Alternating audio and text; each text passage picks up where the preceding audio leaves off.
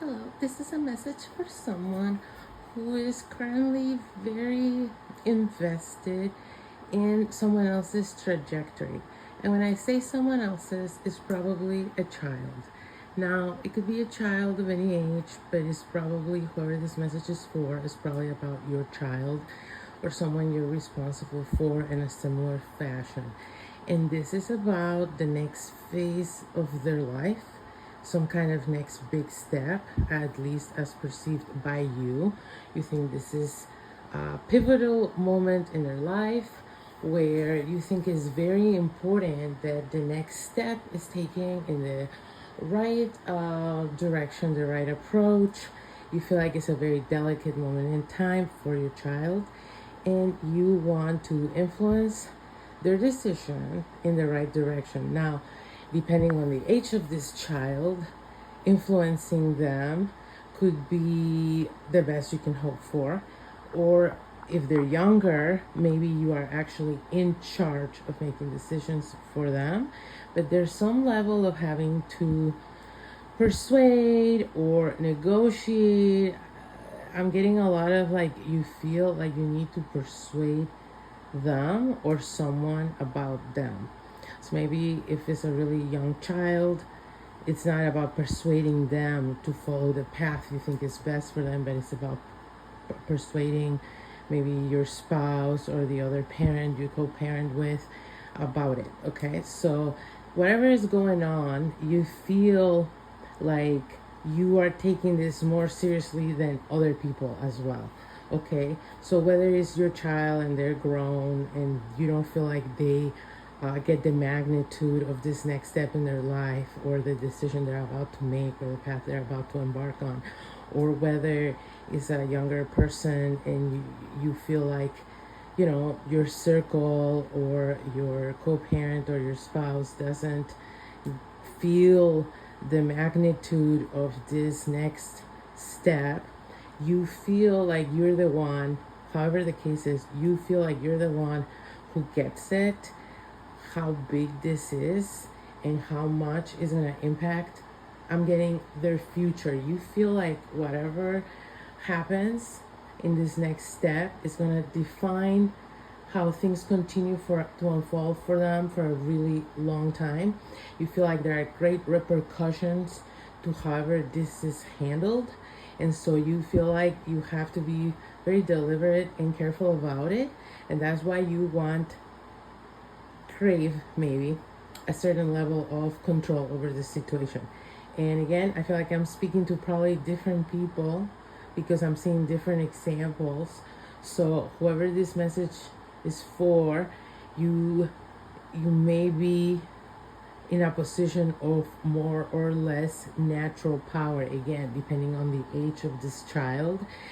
But regardless, the message has something in common, and that is that you feel like you need to persuade others to get on the same page as you as far as the seriousness of this situation and next choice, next move, b, the right choice and right move, and c, something about timing. There's something also about timing that you feel like it needs to happen as soon as possible, this next step. And you feel like that urgency is not something that the rest of people involved in this are on the same page about with you either. You feel like if this is your grown child, they don't get the urgency of the situation. And if this is a young child, you feel like whoever you're co-parenting with doesn't get the urgency of the situation. So by nature of this situation that you find yourself in, you're getting kind of irritated that this is your role in the matter.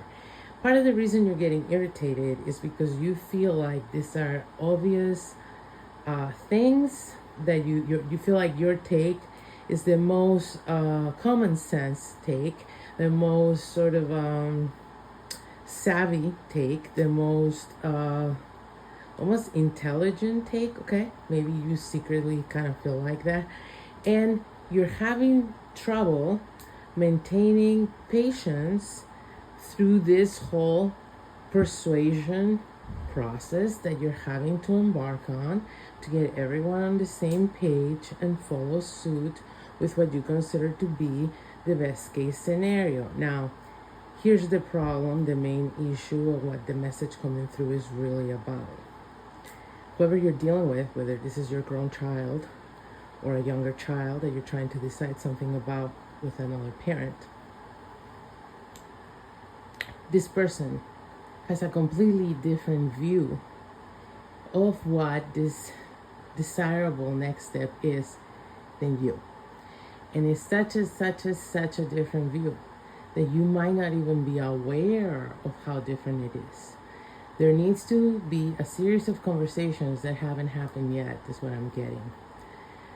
Now, these conversations are not going to be easy, because whether it's with your grown child about their future or with your other parent of your child about your child's future, what you're going to find out in these conversations is that you don't have the same vision of what the best case scenario would be.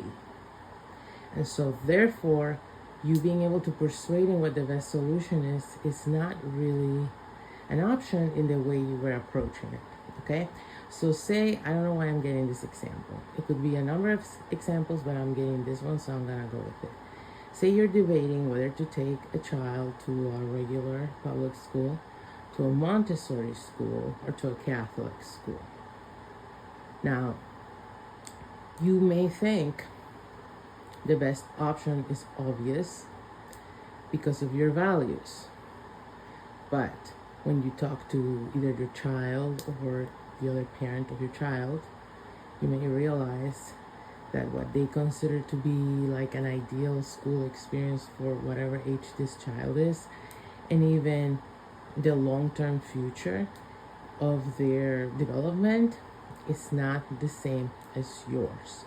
So if you wanted to compel them to agree with you on what the best option is, you're going to have to use their point of reference they give you in these conversations about what they consider a desirable future, a desirable turn of events, and you're going to have to find the compatibilities of that in your envisioned path. Okay, so say you think this kid needs to go to public school, okay, and the other parent thinks they need to go to a Montessori school. Maybe to you it's obvious why a Montessori school is not suitable, but maybe the other parent has a view of childhood and school as completely different than yours, instead of that of one that should, inform, educate your child, and shape them into a functional member of society. Maybe they think it should be a whimsical time of self-discovery. So that's two very different approaches. So then maybe you're going to have to find what aspects of public school fit that view of a whimsical childhood, and advertise those more than the ones that you're focusing on because of your values, okay? And that's how you're going to come to an agreement that's going to allow you to influence this situation in a more effective manner. So hopefully that was helpful.